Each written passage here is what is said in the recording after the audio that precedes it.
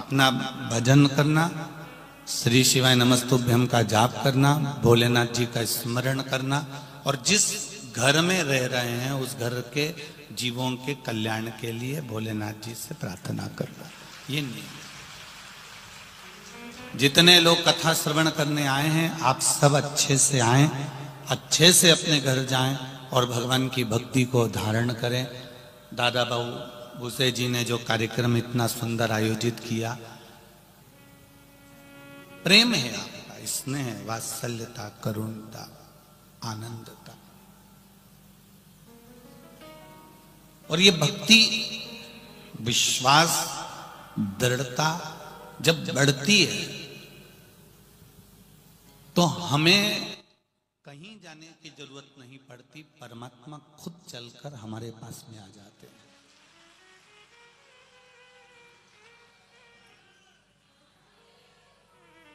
और ये महाराष्ट्र के लोगों ने इस इतिहास को देखा है कि भगवान चलकर आए, ये महाराष्ट्र के लोग देखे।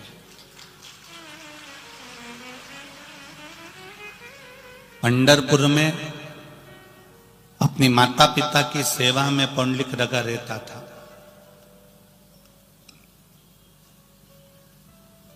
और भगवान बैकुंठ छोड़कर वो चंद्रभागा नदी के तट पर आकर खड़े हो जाते हैं।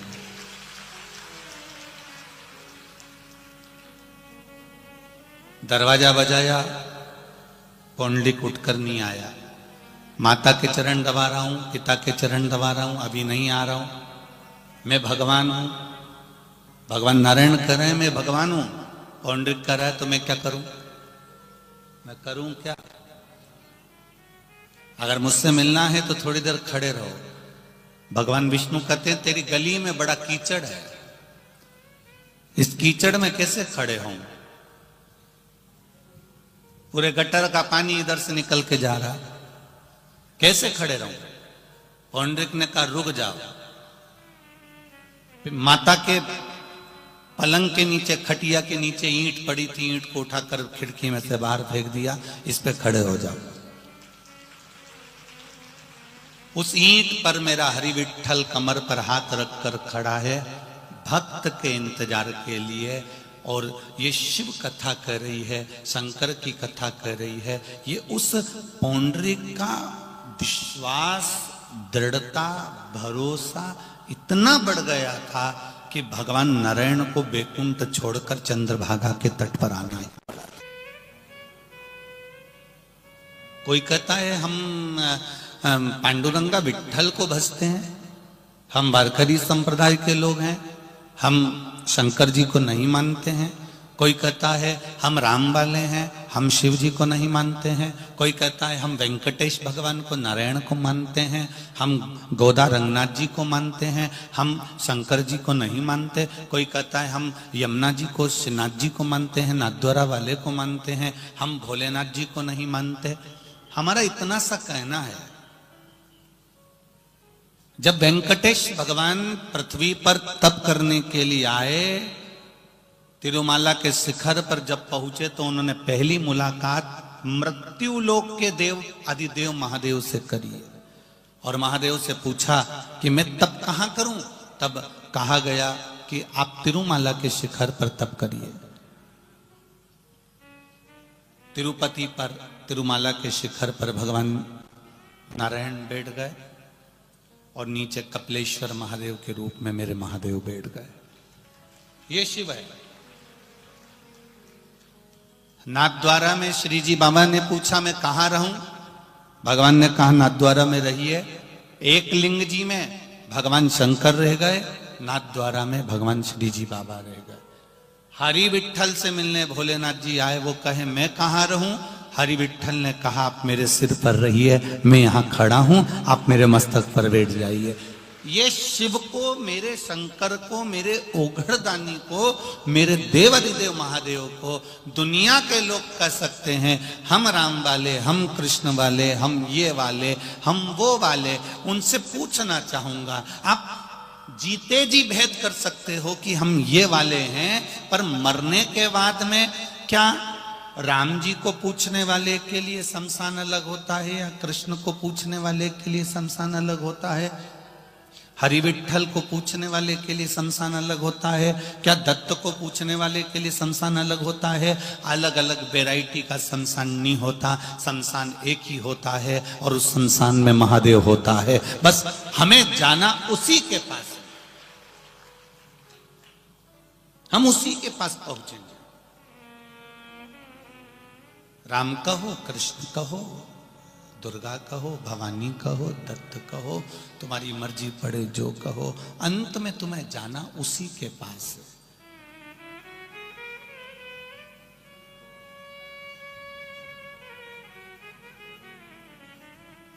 एक बार माता पार्वती जी ने शिव जी से पूछ लिया था, कोई मर जाता है तो इसको सजा के क्यों लाते हैं? बस केवल ब्यूटी पार्लर नहीं ले जाते, बाकी के सजाते तो पूरा है। बोलो री जी जी सही है कि गलत है?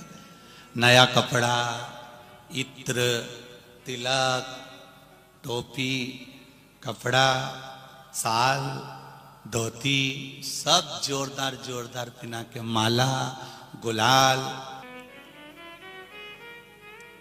पार्वती जी ने कहा भोलेनाथ जी से, मरने वाले व्यक्ति को इतना सजाकर आपके पास क्यों लाते हैं? शंकर भगवान बोले, ये हमेशा सच के दूसरे के पास जाता था तो मेरी जान जलती थी, मेरा होकर मेरे पास नहीं आ रहा, मेरा अपना होकर जब माता के गर्भ से तुझे जन्म दिया, जब माता के गर्भ से तुझे पैदा करा और मां के गर्भ से पैदा करा, जन्म दिया और जन्म देने के बाद भी तू मेरा नहीं हो सका, तो यह आश्चर्य की बात है। कुछ मत करता, कहीं शिव मंदिर होता, उस शिव मंदिर का मात्र शिखर का दर्शन करते हुए भी निकल जाता तो तू मेरा हो जाता और मैं तेरा हो जाता। जब दुख पड़ता है, तकलीफ आती है, कष्ट आता है, बीमारी आती है और रोग आता है, तब किसी भी ब्राह्मण से जाकर कहेंगे कि उनको ये तकलीफ है, ब्राह्मण कभी नहीं कहेगा कि राम रक्षा स्तोत्र का पाठ करो, कनक धारा का पाठ करो, श्री सूक्त का पाठ करो, या ये पाठ करो या वो पाठ करो। ब्राह्मण कहेगा महामृत्युंजय का पाठ करो, क्योंकि उनको मालूम है अकाल मृत्यु वो मरे जो काम करे चंडाल का, और काल उसका क्या बिगाड़े जो भक्त हो महा काल का। जो शिव की आराधना में डूबा रहता है उसका काल भी कुछ नहीं बिगाड़ सकता है, ये वो जानते। ये तो हास्यप्रद बात हो गई कि भगवान कह रहे हैं कि मुझे जलन हो गई। जलन नहीं, भगवान शंकर कहते हैं जिससे प्रेम होता है, जिससे स्नेह होता है, जिससे वात्सल्यता होती है, जिससे करुणता होती है, उसके पास में श्रृंगार कर कर जाया जाता है। उसके पास में अगर पहुंचते हैं तो श्रृंगार करके जाते हैं।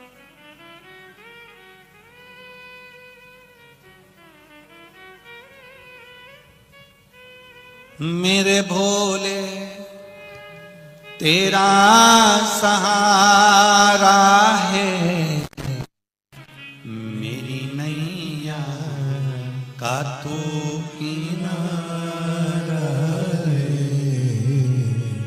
हम उस परमात्मा को पाने के लिए अपने भाव को प्रकट करते हैं।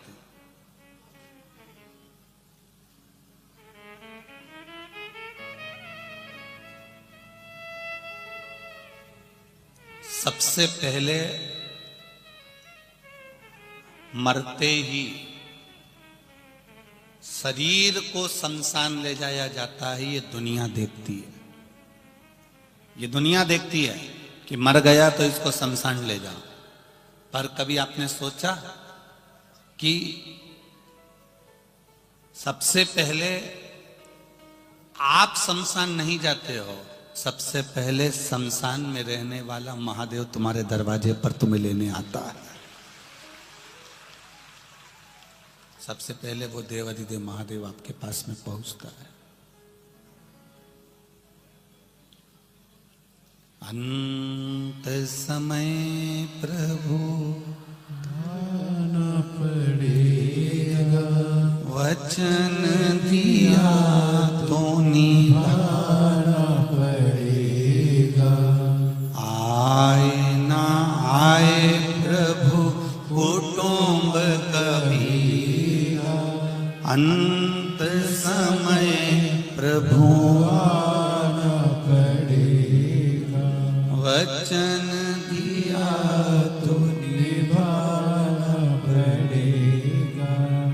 हम तो भोलेनाथ जी के पास में शमशान में बाद में जाते हैं, पहले शमशान में रहने वाला देवाधिदेव महादेव भगवान शंकर पहले हमारे द्वार पर आता है हमको लेने के लिए,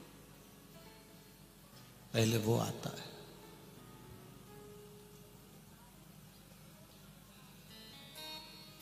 इतने लोग कथा सुनने के लिए आए हो मालेगांव की धरा पर, तुम बाद में कथा में आए हो, केवल तुमने मन में विचार करा था कि मालेगांव में कथा हो रही है तो मेरा मन है अपने पास में हो रही है, मेरा मन है कि मैं कथा में जाऊंगी।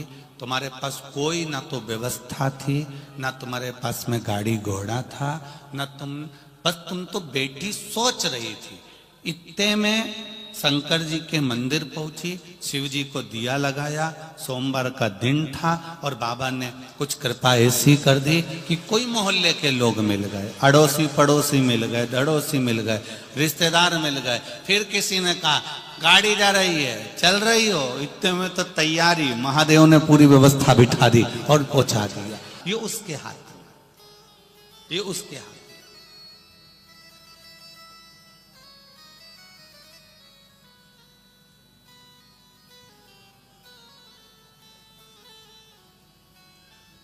तुम्हारे यहां कोई हॉस्पिटल में व्यक्ति अगर बीमार पड़ा है तो पूरे मालेगांव के लोग देखने जाते हैं क्या? अरे बोलो तो जम के नहीं जाते। कौन जाएगा? जिससे उसकी है पहचान, जिससे उसका अच्छा संबंध। और पहचान भी उसकी तो बहुत सारों से, पर सब बहुत सारे जाएंगे क्या? नहीं, जो खास है वो हॉस्पिटल तक जाता है, देखने के लिए जाता है। शादी में भी जाएगा तो जो खास है वो पहुंचेगा, उसी की यहाँ पत्रिका दी जाए। अब रहने वाले तो मालेगांव में ढेरों लोग होंगे, क्या सब शिव महापुराण में चले जाएंगे? नहीं, शिव पुराण के अंदर कथा में, पंडाल में, शिव पुराण के आसपास के क्षेत्र में उसके नजदीक तक वही जाता है जो उसका नजदीकी होता है। वो 3 दिन में 2 दिन की कथा के क्रम में रहेंगे, फिर आखिरी दिन की वही कथा सुबह के टाइम हो जाएगी। और राम जी, सीताराम जी, आप अपने घर पे जाकर खूब बढ़िया आराम से आमठी और पूरण पोली खाओ। कौन मना करे? या कट्ठा दाल चावल और कट बनाकर खूब खाओ, कौन मना करे? और ज्यादा हो तो मिर्ची का ठेसा खा जाओ। अब उससे जो तुम्हारा मन करे वो पाओ, फिर कौन बोले?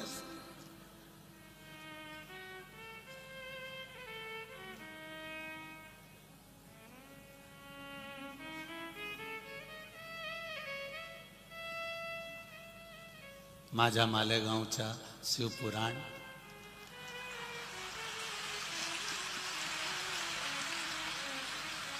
अब ये शिव पुराण जो हो रही है ये आपका सुख है, जो मिल गया मिल गया, जो रह गया वो रह गया। जिसको उसने बुलाया वो यहां तक आ गया, और जो आ गया फिर उसकी भी तैयारी है। जैसे तुम बैग लेकर शिव महापुराण की कथा में आए हो, उसकी भी पूरी तैयारी है कि तेरे दुख में सबसे पहले मैं नंदी लेकर खड़ा मिलूंगा। ये मेरी निश्चितता, ये मेरी निश्चितता। अंत समय प्रभु आना पड़ेगा, वचन दिया तो निभाना पड़ेगा। आए ना प्रभु कुटुंब कबीला, अंत समय प्रभु आना पड़ेगा। फिर निभाने की जवाबदारी उसकी है, वो निभाएगा।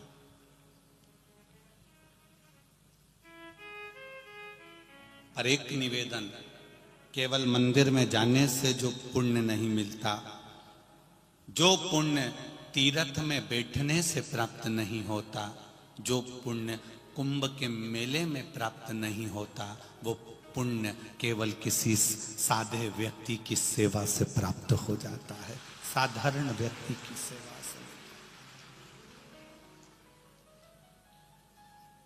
एक बहुत पुरानी कथा है, बहुत पुराना प्रसंग। एक संत सो रहे थे, ब्रह्म मुहूर्त का समय था, सुबह का टाइम, और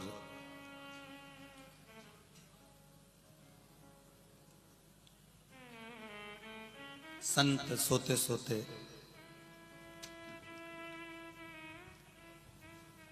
उन्हें एक स्वप्न दिखाई दिया। सारे तीर्थ एक जगह पर एकत्रित हुए हैं।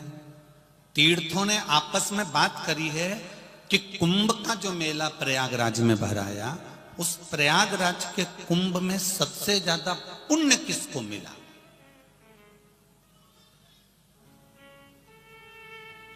संत स्वप्न में देख रहे हैं कि प्रयागराज में तीर्थों का कुंभ का इकट्ठा हुआ और सब लोगों ने आपस में बात करी कि अब की बार जो कुंभ का मेला भराया, उस कुंभ के मेले का सबसे ज्यादा पुण्य किसको मिला।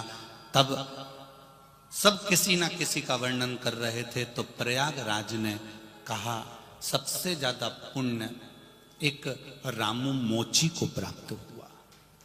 एक रामू मोची को, जो जूता बनाता है, चप्पल बनाता है, चमड़े का कार्य करता है, उस रामू मोची को पुण्य प्राप्त हुआ। इतने में रुद्रप्रयाग ने कहा कि प्रयागराज, हमने तो नहीं देखा कि रामू मोची यहां स्नान करने आया, कुंभ के मेले में आया। कुंभ के मेले में रामू मोची तो आया ही नहीं, ना प्रयागराज में आया, ना रुद्रप्रयाग में आया, ना हरिद्वार में आया, ना यमुना जी के घाट पर आया, ना सरस्वती के घाट पर आया, ना मंदाकिनी के घाट पर आया, ना गोदावरी के घाट पर आया। रामू मोची तो कहीं नहाने कुंभ के समय पर गया ही नहीं। फिर तुम प्रयागराज कैसे कह सकते हो कि सबसे ज्यादा पुण्य रामू मोची को मिला, जूता बनाने वाले को प्राप्त हो गया।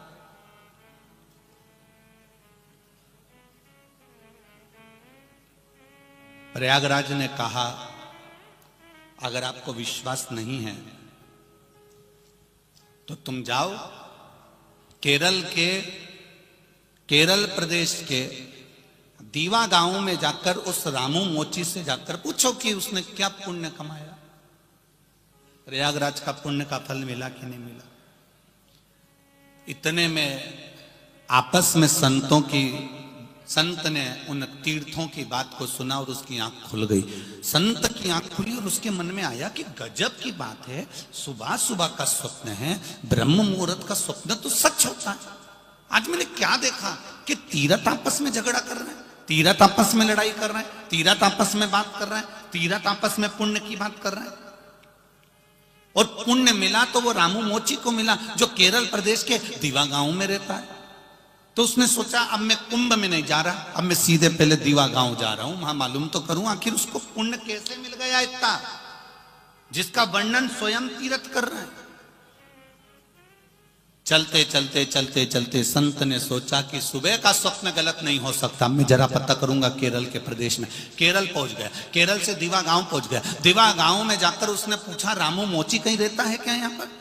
और प्रभु कृपा ऐसी थी कि रामू मोची का घर भी मिल गया और संत उस रामू मोची के घर में जाकर बैठ भी गए। संत उस रामू मोची के घर में जाकर बैठ गए। चमड़े के जूता बनाने वाले वो रामू मोची के घर में जब जाकर बैठे तो रामू मोची ने हाथ जोड़कर बोला, मैं चमड़े का जूता बनाता हूं, चमड़े